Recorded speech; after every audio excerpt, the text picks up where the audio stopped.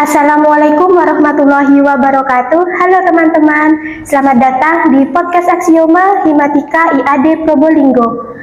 Perkenalkan, nama saya Ma'rifatul Jannah. Kali ini kita akan membahas tentang organisasi Himatika yang ada di IAD Probolinggo. Kali ini kita bersama narasumber kita, yaitu Ketua Himatika, Kakak Ririn. Baik, terima kasih untuk Mbak Ma'rifatul Jannah selaku moderator yang kali ini akan membahas tentang Himatika.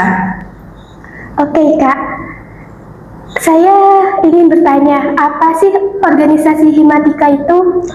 Himatika itu sebenarnya sebuah organisasi yang sama seperti di sekolah SMA dan SMP pada umumnya, yaitu kalau waktu sekolah dulu kan disebut OSIS, tapi kalau di perguruan tinggi itu disebut sebagai Hima.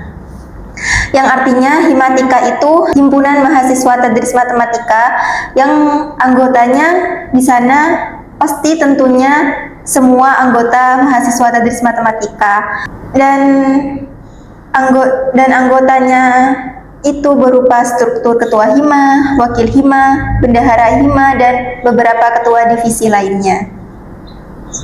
Kak Ririn di sini sebagai ketua. Apa motivasi kakak dan strategi kakak bisa jadi ketua di Himatika? Baik, untuk strategi dan motivasi. Iya. Awalnya itu saya tidak mengerti apa itu ketua Hima, apa itu gimana. Pokok saya kayak waktu itu gabut gak ada kerjaan gitu, gabung ke Hima. Dan akhirnya karena keaktifan saya, ketua Hima yang dulu itu kayak memotivasi saya untuk menjadi ketua Hima. Jadi mungkin untuk motivasinya itu saya lebih karena termotivasi ketua Hima yang dulu. Dan untuk strateginya itu insya Allah gampang. Menjadi ketua Hima itu cukup dengan aktif di kegiatan. Ya pokoknya lebih aktif lah, tidak diem, ada acara apa gitu hadir. Baik Kak, terima kasih. Pertanyaan selanjutnya adalah, bagaimana cara kakak menyusun program kerja di Himatika? Program kerja, ya awalnya dengan diskusi dengan wakil Hima, sekretaris Hima, dan bendahara Hima, intinya dengan kepengurusan intinya dulu. Untuk program kerja itu kita rundingkan dulu program kerja apa yang sekiranya bermanfaat untuk anak-anak dan juga masyarakat sekitar. Contoh program kerja yang sudah terlaksana yang bermanfaat untuk anak-anak dan masyarakat sekitar apa Kak? Contohnya itu mungkin untuk anak-anak tadris matematika kayak kita itu mengadakan pelatihan Canva, SPSS, dan pelatihan jurnal, yang dimana dengan pelatihan itu akan memudahkan jika ada tugas jurnal, makalah, ataupun sebagainya. Dan untuk masyarakat itu alhamdulillah yang sudah kita laksanakan beberapa bulan ini yaitu bakti sosial yang kita sudah melaksanakan di beberapa desa, dan desa itu kita tunjuk dari mahasiswa tadris matematika karena sebagai partisipasi mereka. Kalau dari daerah sana ada mahasiswa matematika yang kuliah di IAD Probolinggo. Baik Kak, terima kasih. Dari semua program kerja yang tadi kakak sebutkan, apakah itu berkelanjutan, dilakukan 1 bulan, 1 minggu sekali, atau bagaimana? Baik,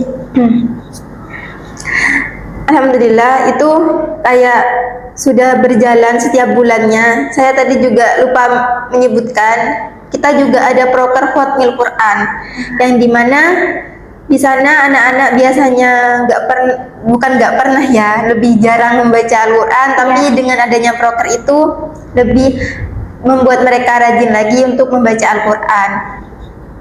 Alhamdulillah semua proker itu sudah terjalan beberapa bulan ini. Ya, saya sangat berterima kasih kepada anggota Himatika karena sudah menyukseskan semua proker yang sudah ada di beberapa bulan ini. Wah, baik Kak, berarti program berjalan karena semua anggota Himatika yang cukup aktif. cukup aktif. Bagaimana cara Kakak mengaktifkan anggota Himatika? Mungkin lebih kayak dirangkul ya. Iya. Tapi dirangkul itu jangan salah kata juga, bukan saya merangkul gimana. Iya. Ya kayak saya itu kayak ada apa saya ajak gitu, seperti nggak langsung ke proker yang berat, kayak ada hal yang kayak santai seperti acara sosprom kampus, saya ajak mereka, saya kenalin gimana itu hima.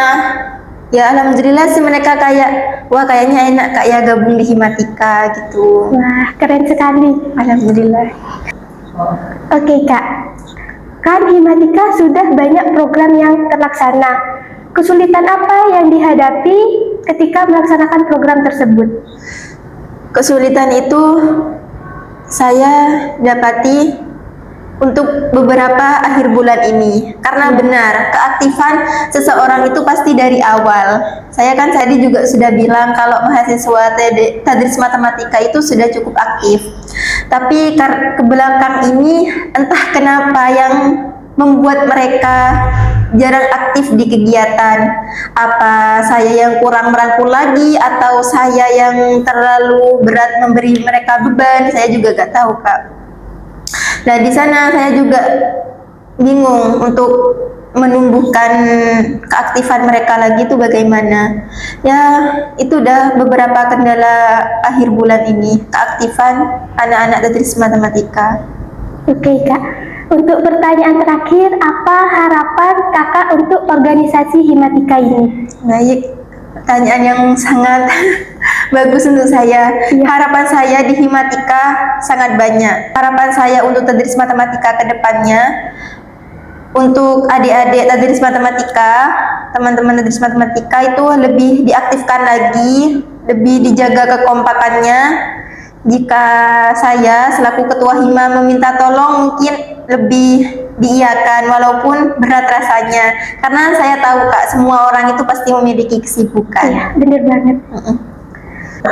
Baik Kakak Ririn, terima kasih atas kesempatannya. Dan terima kasih kepada yang telah menonton. Sampai jumpa di podcast Aksioma selanjutnya dengan obrolan yang lebih menarik. Podcast Aksioma, aksi, eksplorasi, inovasi, obrolan matematika. Bye-bye. Bye.